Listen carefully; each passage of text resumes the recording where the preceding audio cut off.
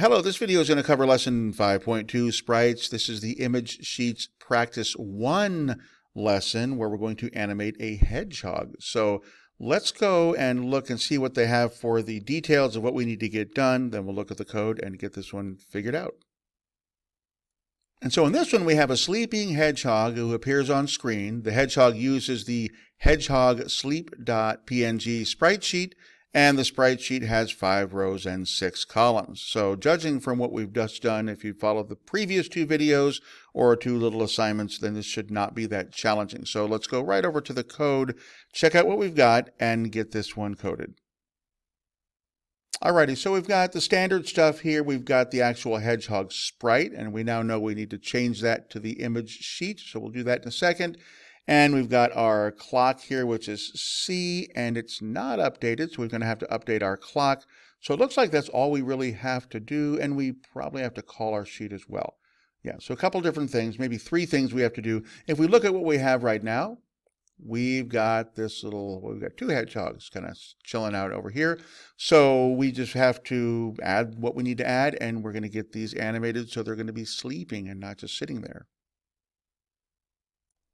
And you may have wondered, like I did when we saw the image, why we have 2 hedgehogs when there's only 1 hedgehog referenced here. Hedgehog, right, you know, tsk.sprite, and then we've got all this stuff here, 500, 250. So he should be 1 hedgehog at 500 across, which is about halfway, and 250, which is about halfway down. But there were 2. So if I look here, we got 2 hedgehogs. And I think I have an idea, and I think I've confirmed that. So let's look at the code here and figure out why that is. So hedgehog equals tsk.sprite, and the file that I'm calling is hedgehogsleep.png. Well, if you remember from those instructions we just looked at, that's actually the name of the sprite sheet. So what I was calling, instead of the actual just sprite individual images, I was calling that sprite sheet. So I'm going to try something. I'm going to change this 500 to 100. My theory is that if I move the original one over, then I'll get maybe 3, because I think what this is doing is it's printing the image of each one, and if I had enough room, I would print all 30 of them. So let's run this way. And there we go. So I've got 3. So what this is doing, it's iterating through the sprite sheet one at a time, and it's going to give us basically as many sprites as it can in order.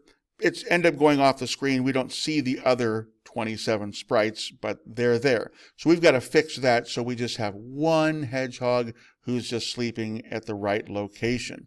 So let's fix the 100 and make this a 500 again, and then let's evaluate this code and see how we have to change it to make it work correctly.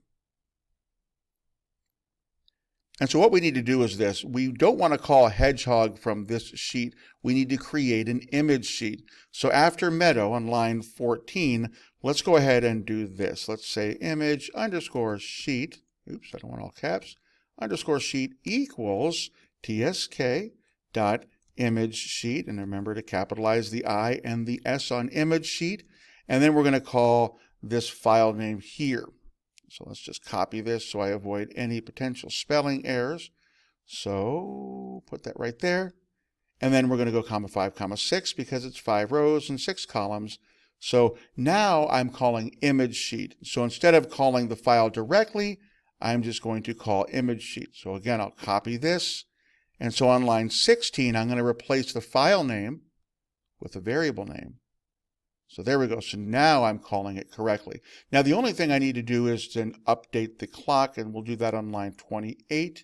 And so for here, we just have to type in hedgehog, right? Yep, dot update. And then here we're going to go c.get underscore time, and then do the function and the argument parentheses, and then the closing parentheses.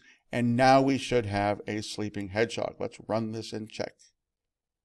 There we go. See, he's sleeping and breathing really hard. So this is all the images in one place. We're iterating through them correctly. So if your 2 hedgehogs are now 1 sleeping hedgehog breathing like this, then you did a great job. Go ahead and turn this one in.